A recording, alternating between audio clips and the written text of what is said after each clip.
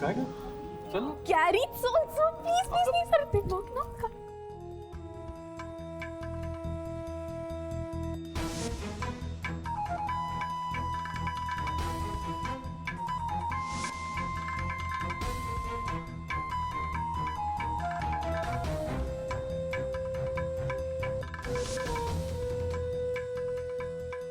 कंपनीने ठरवलं की सिंगापूरला मीटिंग आहे ना, तर मला तिथे जावं लागेल. अरे तू सिंगापूरला जाऊन राहिला ना. काय जाऊन राहिला सांग बरं. फिरायला. हा? फिरायला जाणार आहे काही.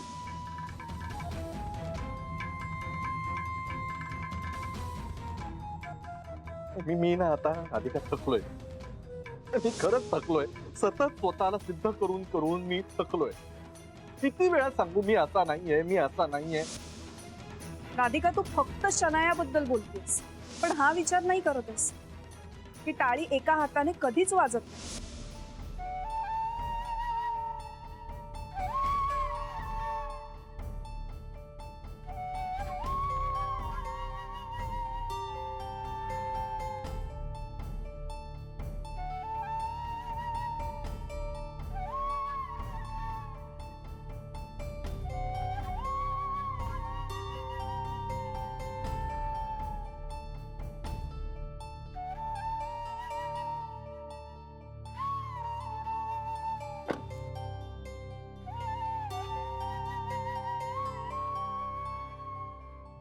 सगळं तसंच आहे.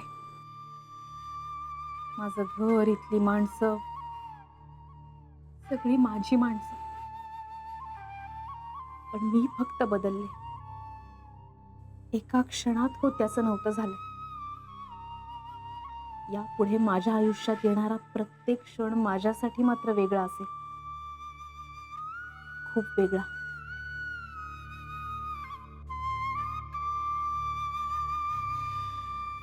अरे राधिका ताई, तुम्ही आलात का? थांबा थांबा, मी घेतो बॅगा. थांबा हो थोडा थोडा द्या माझ्याकडे.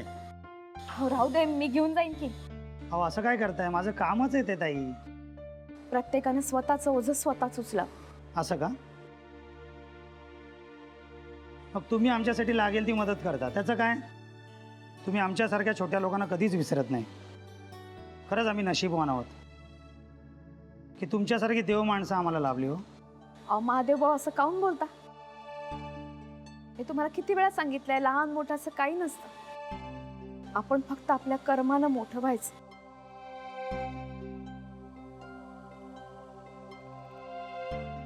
चला. द्या ते. नाही राहू द्या, असू द्या. चला या. सरिता, सुनबाई सोबत हा गुरु येतोय ना? का माहिती आता येते का नाही ते आपण आपलं समजायचं येते म्हणून.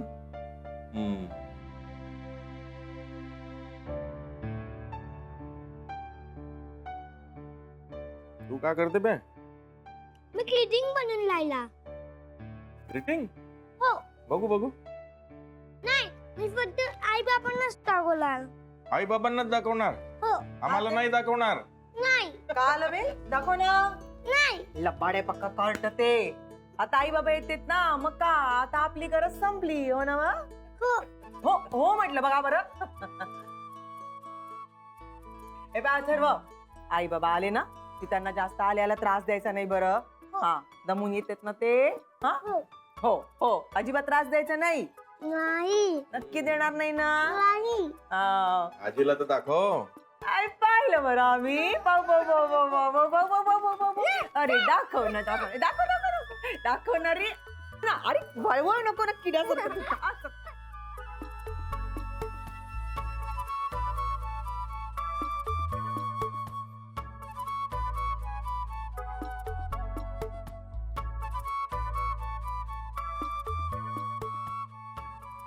आई बाबांना अथर्व किती आनंदात आहेत आम्ही दोघं जण येणार म्हणून.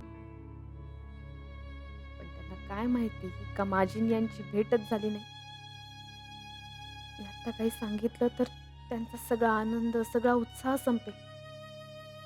नाही नको, मी आता काहीच सांगायला नकोय.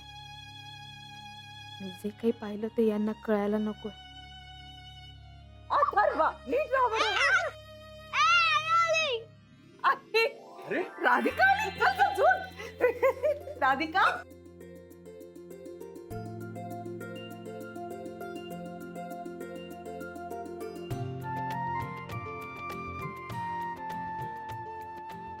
राधिका वेलकम सुनबाई, वेलकम टू होम. आई वेलकम हो. वेलकम हो.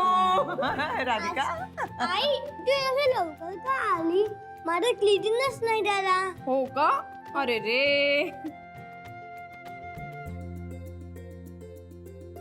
गुरु नाही आला का? भेटला नाही का? काहून?